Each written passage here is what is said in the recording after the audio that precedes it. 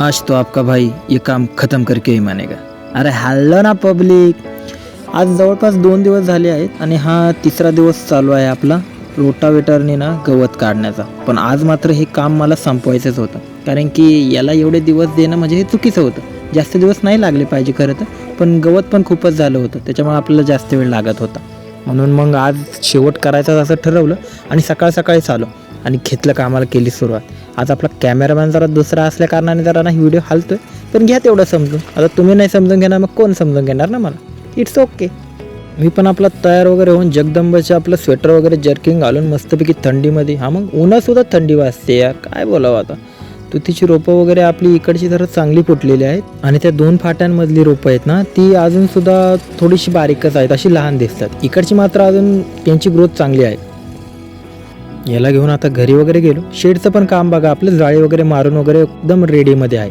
याला पण बोललो थोडंसं आपण पाजून वगैरे घेऊयात लवकरच, म्हणजे परत पाजायला वगैरे नको. त्याला काय गाठ गिळलं का त्याचं काम आपलं चालू होतं. माझ्यापेक्षा जास्त तर हा जेवतोय भाई. माझं इकडं वजन कमी होतं आणि याचं वजन कमी व्हायचं नाव घेत नाही. त्याचं वजन का कमी होईल, त्याचं ऑलरेडी मशीनच येते शेवटी. मग आपलं जे गवत काढायला चालू केलं. मग आता फक्त ह्या जवळच्या फाट्यामधल्या ना ह्या काहीतरी 20-25 साऱ्या बाकी होत्या. बाकीच्या सगळ्या साऱ्या वगैरे बेड वगैरे आपले काढून झाले होते. आणि तुम्हाला सांगितलंच ना मी की साऱ्यांमधलं मेन जे गवत आहे ना ते आपण खुरपून काढणार आहोत, कारण की रोपं आपली बारीक वगैरे आहेत, त्याच्यामध्ये मशीन वगैरे जात नाहीत. ऊन मात्र भरपूर लागत होतं आणि त्याच्यामध्ये थंडी पण वाजतच होती. दोन्ही काम एकत्रच होत होतं असं वाटायला लागलं होतं. आता मी आजारी पडतोय का वातावरण तसं आहे ते मला कळत नव्हतं. काम चालू असताना मात्र ना मला वर अशी फडफड करण्याची काहीतरी उडतानाचा असा आवाज आला.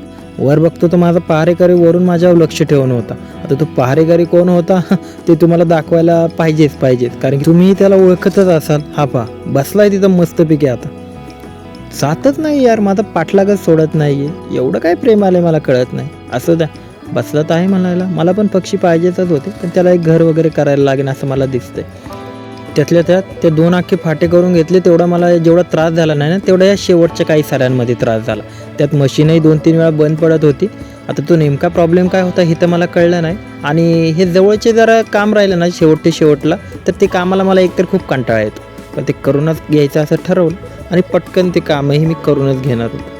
शेवटच्या ह्या 2-3 साऱ्यांनाच ना तो जवळपास 3-4 वेळा बंद पडला आणि त्याला चालू व्हायलाही खूप वेळ लागत होता. मग काय कसाबसा आपला आणला आणि बंद केला. घरी येताना मात्र ना तिथं ऊसाचं पाचाड पेटवलं होतं. आता ऊसाचं पाचाड का पेटवतात हे मला कमेंटमध्ये नक्की सांगा तुम्ही. रात्री शेकत बसताना ना जरा वर नजर फिरवली तर माझं पाखरू वर बसलं होतं गपचूप. आता ते गारठत होतं का काय होतं ते मला माहीत नाही. त्याच्यासाठी एक घराचं नियोजन करायचं होतं, तेही करूयात लवकरच.